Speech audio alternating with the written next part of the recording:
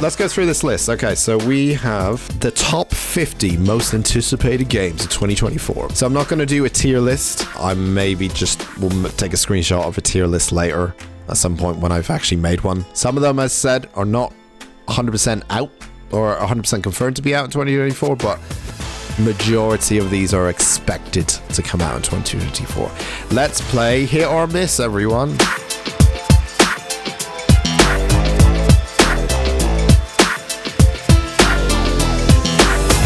Banishers Ghost of New Eden.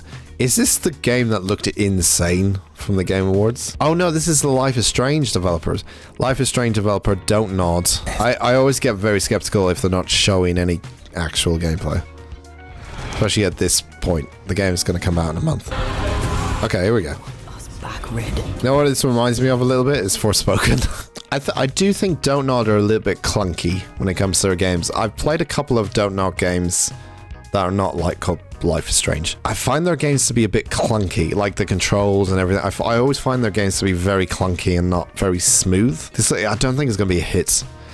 I'm going to say middle of the road for this. And by the way, disclaimer for all of these games I'm about to talk about. I do not know if these games are going to be good or not. This is just a gut, stupid reaction type to what I think is going to happen, just based off trailers, news, who's making it, gameplay, stuff that's come out. You know, anything that we've been shown, what's the prediction of that? And I haven't seen a lot of this game, and I'm already saying it's going to be middle of the road. Skull and Bones.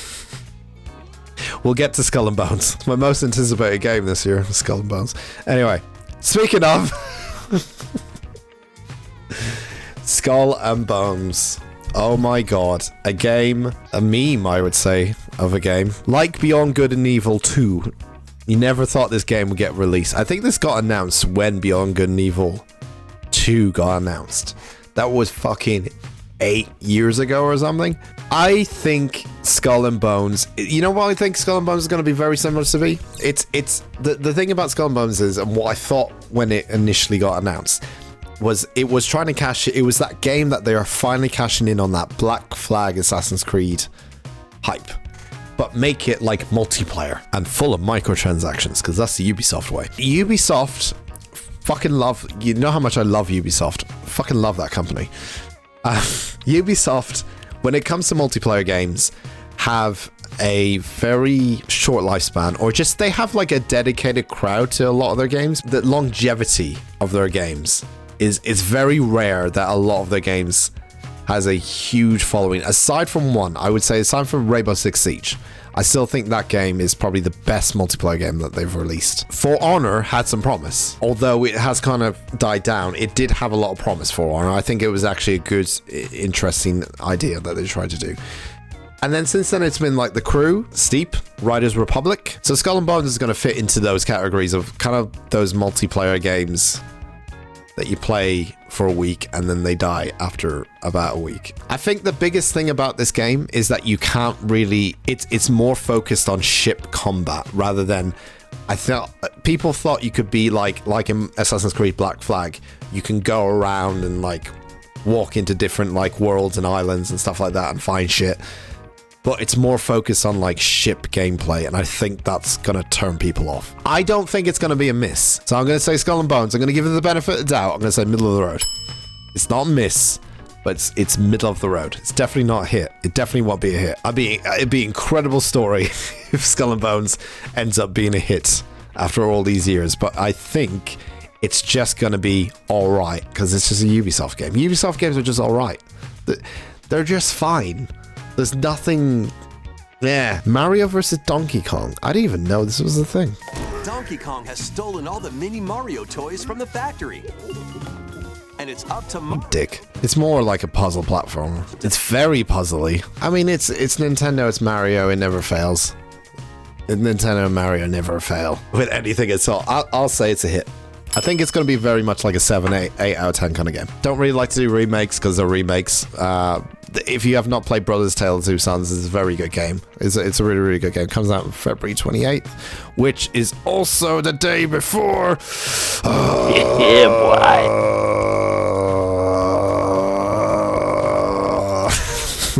Final Fantasy VII Rebirth comes out on February 29th, exclusively on PlayStation 5. Thank God I got a PlayStation 5. It's the only reason I got a PlayStation 5 is so I could fucking play this fucking game. So I probably spent around, in total, if I add the cost of this game, around £500 just to play one game. Yeah, I'm anti-consumerism. It technically is a remake as well, so it should really be in this list, but it's so much, it's a justified remake to put it in because it's been, what, 20 plus years since the original. It's a completely different fucking game, even though it's following the same kind of story. This game is going to be fucking amazing. It's going to break everyone's heart. It's going to be dark as hell. Rebirth is the best part, in my opinion, of the Final Fantasy VII section of the game, the middle part. I am so excited, obviously, and this is going to be a hit. I have no doubts it's going to be a hit. No doubts at all, it will be a hit. Alone in the Dark. David Harbour is in this. I didn't even know Alone in the Dark was getting a new game, but apparently it is. Looking for Jeremy. See, every time I play these kind of games now, I immediately think of Alan Wake and how good Alan Wake was. It does still have that kind of old school survival horror feel to it. This like an Alan Wake 1. Soul Suspect. Yeah, it reminds me of this. I played this game. When was this? 2014. I did enjoy this one. I think this is a really underrated game. I don't see it being a hit. I'm gonna go middle of the road with this as well. I could see it being a miss though. That's the thing. Dragon's Dogma 2. You know the rule of two. If the first game was really well received, then the second game is going to be really well received or even better. Dragon's Dogma is a great game, the first one. It is a RPG where you have companions that can go into other players' games. That was one of the main selling points. I think they were called pawns or something like that. It was a cool mechanic and stuff. This also had like the Shadow of the Colossus kind of combat where you could grab onto like fur of monsters and stab them and stuff like that. It's great.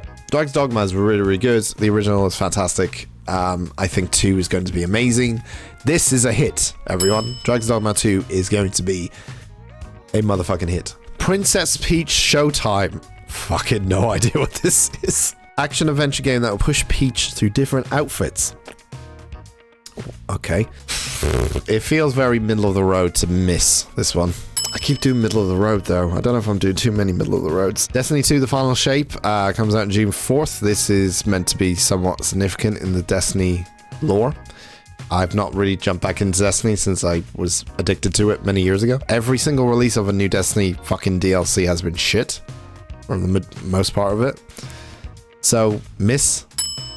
Educated guess is this is going to be a miss. This is the game. Holy fuck. I saw this on the Game Awards. This looks insane. I didn't know if it was like faked a little bit, like CGI'd a lot. It looks ridiculously good. The like character designs and stuff are very Elden Ring, Dark Soulsy and stuff, and it looks weird. I think this is good. It comes out on August 20th. I think if it runs all right, like if it performs good, I think this is going to be a hit.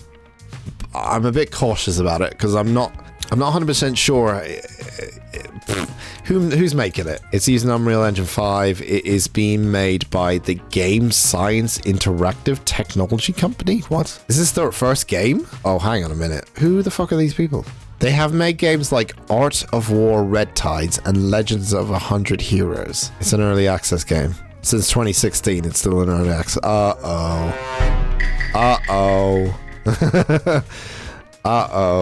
Hang on. We might have found our new day before. What about Legends of 100 Heroes? Is that still in early access? Is a free-to-play fantasy mobile RPG. This was the game they made last time? This is the game they made last time? Wait, they've gone from this to fucking... Do you even know what this? Those old rascals. What? Oh, I don't know about this. This feels very much like a day before situation with this. Especially because they have a game that's in early access since 2016 and it still isn't finished. There's not a lot about them though. Accused of sexist, unprofessional work culture.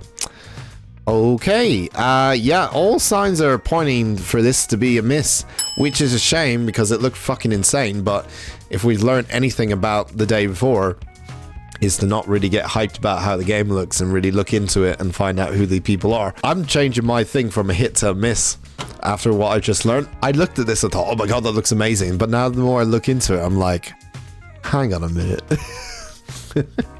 I was so blown away by that trailer at the Game Awards. I was just like, this looks insane. But part of me was like, it looks too good for it to be true. And now I'm starting to think that's the case now. Definitely. Angerfoot. It looked really fun. I remember seeing a trailer for this back at the Summer Games Fest. Okay, you can use guns as well, but the main draw is your foot. Like a 3D kind of Hotline Miami inspired kind of game. I think it'll be hit. I'm going to say hit on this one. Arc 2 with Vin Diesel. This has been delayed for so long.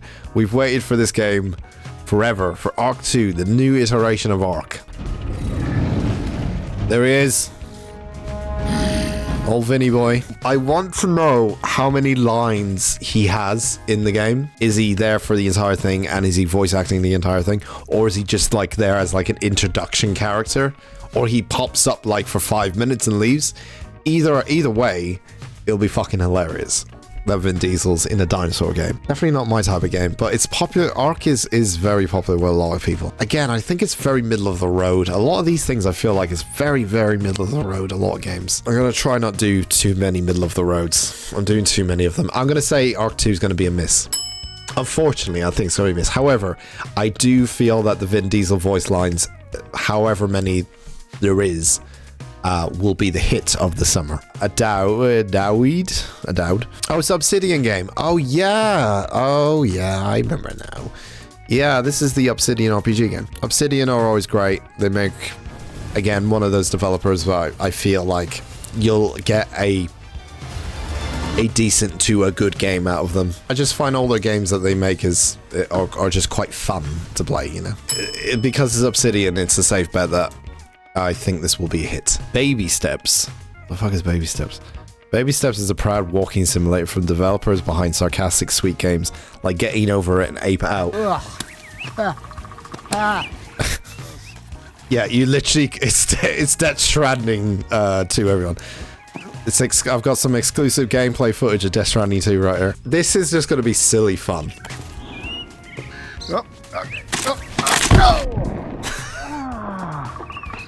I like this idea. I think it's going to be silly, stupid fun. Yeah, hit. Casting of Frank Stone. Dead by Daylight developer. I don't like those Dead by Daylight games at all. I really don't. I'm sure people will play it. Maybe not a hit, but I'm going to say middle of the road for this one. But it just looks like Dead by Daylight. Cat Quest 3. Oh my god, they're making a Cat Quest 3? I think I played 1. Yeah. Cool games. They're nice little, sweet little cozy games. I'll say it's a hit. Core Keeper offers Stardew Valley style graphics, but ultimately will bring its crafting, farming, and mining safe to most platforms. Probably is going to be a hit. Those games always works. The mechanics and the formula of those games always work. So I think it'll probably be a hit. I've seen Dustborn, yeah. In a world divided by... In a world. Very Sunset Overdrive. Or not Sunset, Hi-Fi Rush kind of look, feel to it a little bit. I know I'm going middle of the road with a lot of these things, but I'm just a bit unsure with a lot of them. Elden Ring, that's the DLC for Elden Ring, isn't it? Oh my god, I was like, what is a new Elden Ring game? It's a DLC for it. It's going to be a hit. It's Elden Ring. It's a DLC for Elden Ring. It's going to be fine. It's going to be fine. That's a bit too easy, that one. Flintlock, The Siege of Dawn. It's on Game Pass on day 1. That means it's probably important. There's a lot of stuff that... I don't know if I said this before. I think I have. There's a lot of stuff where I'm just like... I'm not excited by this because I feel like I've seen this already. Like, this feels like... about 20 other games I've played. It looks alright. It looks nice. Middle of the road. I keep doing middle of the road because there's just nothing impressive about it, but there's nothing for me to say that's going to be like a complete miss or a complete hit. Just middle of the road. I think it's going to be a very middle of the road year. We had a really great year for games this year, or in 2023. I feel this year might be, aside from a couple of things, like a very select few, I think it's going to be a very middle of the road year, if I'm being honest. Foamstars. This was the, Splatoon-like shooter. 4v4, third-person online shooter, where you have a foam gun. And if you've ever played Splatoon, it's very kind of similar to that. You kind of paint like your paint everything your color. It just seems like one of those games, that multiplayer games, that will just die after a week. I'm gonna say miss. I just feel like it's a formula that's already been perfected by Splatoon and things like that, and I don't think it's. I just don't think it might be a good game or like a decent game, but I just don't think it's gonna last. Funko Fusion. Yes, there is a Funko Pop game coming out. You know what it's gonna be like? It's gonna be like the Lego games. It's gonna be all about collecting Funko Pops and collecting different bits and stuff. And there's a certain market, and I know one or two people personally who would probably buy this game. I don't think it's going to be a good game though. I mean, it's a Funko Pop game. How good can it be? I'll say miss. Ghostbike. Creators and Nidhogg. I've not seen this at all. It looks nice. It looks real nice actually. And it's the creators of Nidhogg, which is interesting. A cycling sim. It's a very different game to what they've made with Nidhogg. I like the look of this. I'm going to give it a hit. I think there's going to be a hit. Hades 2, hit. It's the 2 rule. First game was good. If the second one's going to be good. If the first one was good, so number 2, Hades 2 is going to be good. It's just going to be good, all fun and stuff. Hyperlight Breaker, that's going to be a hit. It is. Oh, it's early access. Yeah, they made Hyperlight Drifter, which was an insanely good game. I'm still going to say it's a hit. I still think Hyperlight Breaker is going to be a hit, just based off their previous game. John Carpenter's Toxic Commando. What the fuck? Horror movie phenomenon. John Carpenter told Insider once that all he really wants to do is play video games and watch basketball. So it makes sense that he's expanding his Fear 3 voiceover work and launching his own first-person Bloodfest. John Carpenter's Toxic Commando is a zombie horde splatter competition currently preparing for closed beta tests. Eventually it'll bring a crass 80s horror to you. This is definitely a middle-of-the-road contender. It could be a miss, this one, completely. I'm going to say middle of the road, but lower expectations for this one. I think there's a strong possibility this might be a miss. I'm sorry, John Carpenter. I love you. Let's have a look at it quickly. I'm not really thinking of it as like, is it a case that I'm going to like? I need to think of it as like, are people going to like this game? It could be fun with friends, but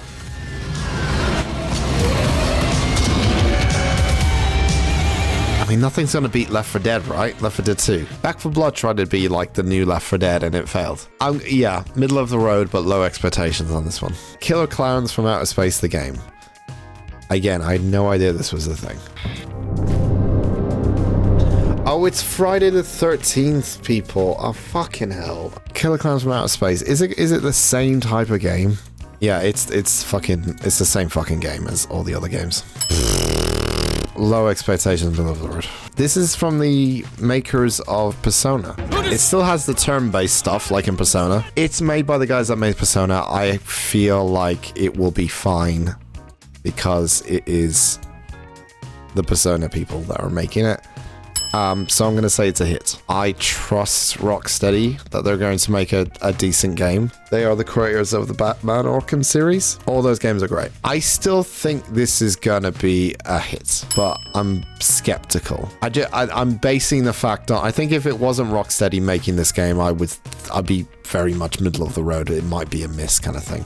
But because it's Rocksteady and they make great games, or have in the past and stuff, I'm going to say it's going to be a hit. If you did not play the original Helldivers, I don't blame you. Announcement was a bit odd when they announced Helldivers 2. People were just like, huh? I haven't played a Helldivers game in like fucking years. What the fuck? And so the difference between Helldivers 1 and 2 is Helldivers 1 was like an isometric shooter. And it was kind of fun, because you could have you and like a buddy or a couple of people, I think up to 4 people, and everyone had guns and stuff and all this kind of stuff, and friendly fire was on, so you had to really kind of coordinate your shooting with your teammates, or else a lot of the times you would end up shooting them in the face accidentally, and that was kind of the fun aspect of it. So this one, I haven't really seen a lot of gameplay of it, but it's like a 3D third-person game. Yeah, so I think the same fundamentals still carry on over it. It's like a very co-op-y kind of thing, but it's got a lot more to it than just like a co-op shooter. What is Helldivers 2? I don't really know if it's good or not. I'm going to say middle of the road. Higher expectations, middle of the road though. So it'd be on the good side. So I think it would be a very like 6, 7 out of 10 kind of game. I'll say middle of the road, high expectations and stuff. South Park Snowday. This one's going to be a bit of a weird one because it's a completely different one to the Stick of Truth and the Perfect Butthole, whatever the fuck it's called, Fractured Butthole. It's like a 3D co-op game, completely different style, and this one seems to be very Fortnite-y. Little bit. I don't really like the style either. I don't really like this whole like 3D South Park style. I don't like it at all. I much prefer like the 2D side of things. What is it? What's the exciting part of this? I guess the exciting part is it's a South Park game. And so if you like that humor, then it might be a game for you. Don't think it's going to be good. Just got a feeling it's going to be a miss. Warhammer 40,000 Space Marine 2. I have never played the first one, but I know it's good and a lot of people really love it. I'm going to say it's a hit. Because I want it to be a hit, because I want Warhammer games to be good. So, I said already in the previous video when I thought it was coming out this year that it was going to be a hit. So, it looks insane. Like, it really does look insane. Space Marine 2. It really, really does. New Prince of Persia game. It's going back to its old roots. I think it's going to be a hit. I think it's going to be actually a hit. Yeah, I think the new Prince of Persia is going to be a hit. It's going to be like a surprising nice hit. It's not going to be something fucking amazing, but I still think it's going to be a hit. Yeah. Rise of Ronin. I remember seeing a trailer for this. It could be like a surprise hit. It feels like one of those games that is not being talked about, and it could be a surprise hit. I know that everyone's just going to compare it to Ghost of Tsushima. I think this could be a surprise hit. I'm going to throw it out there. I'm going to say this is a hit. I'm going to say it's a surprise hit of the year. That's your surprise hit of the year, is Rise of Ronin. Quote me on that right now. We'll look back in about a year's time. I said, Rise of Ronin, surprise hit of the year. Hellblade 2. Hellblade got a new trailer during the Game Awards, and I was like, it has to have a release date at this rate. And there was still no release date of it. I don't think it's coming out this year still. Makes sense that it should come out this year. It's been delayed so long. If it does come out, I think it will still be a hit. Hellblade 1 is fantastic. It legitimately is a fantastic game. If it does come out, the only thing I'm worried about is performance. I feel like this game, what it's trying to do graphically is quite big. And I just feel like it will be one of those games that is a good game, but it just performance-wise is not going to be up to scratch kind of thing. That's the Elden Ring DLC. That's it, really. It really does seem like a little bit of a quiet year. I think this year is going to be the year of, as I said earlier, your surprise hits. There'll be surprise like indie game hits and surprise stuff like that will happen. I like those years though. Those are the kind of years where I found like Omori and stuff. Like Omori was the biggest surprise that I found in like 2022 or 21, and that was my game of the year. And then the year before that was Outer Wilds. And then the year before that was Doom, which is a little bit different. But yeah, I like these years where it's a little bit more quieter, a small little indie game or a small little game that's developed by a couple of people that will come out and people will talk about it and it will just hit the Steam charts and go #1 for ages. And they're fun years when that happens because you'll just get something unexpected with no expectations behind it. And it's just having those nice surprises that come up now and again. So that's cool.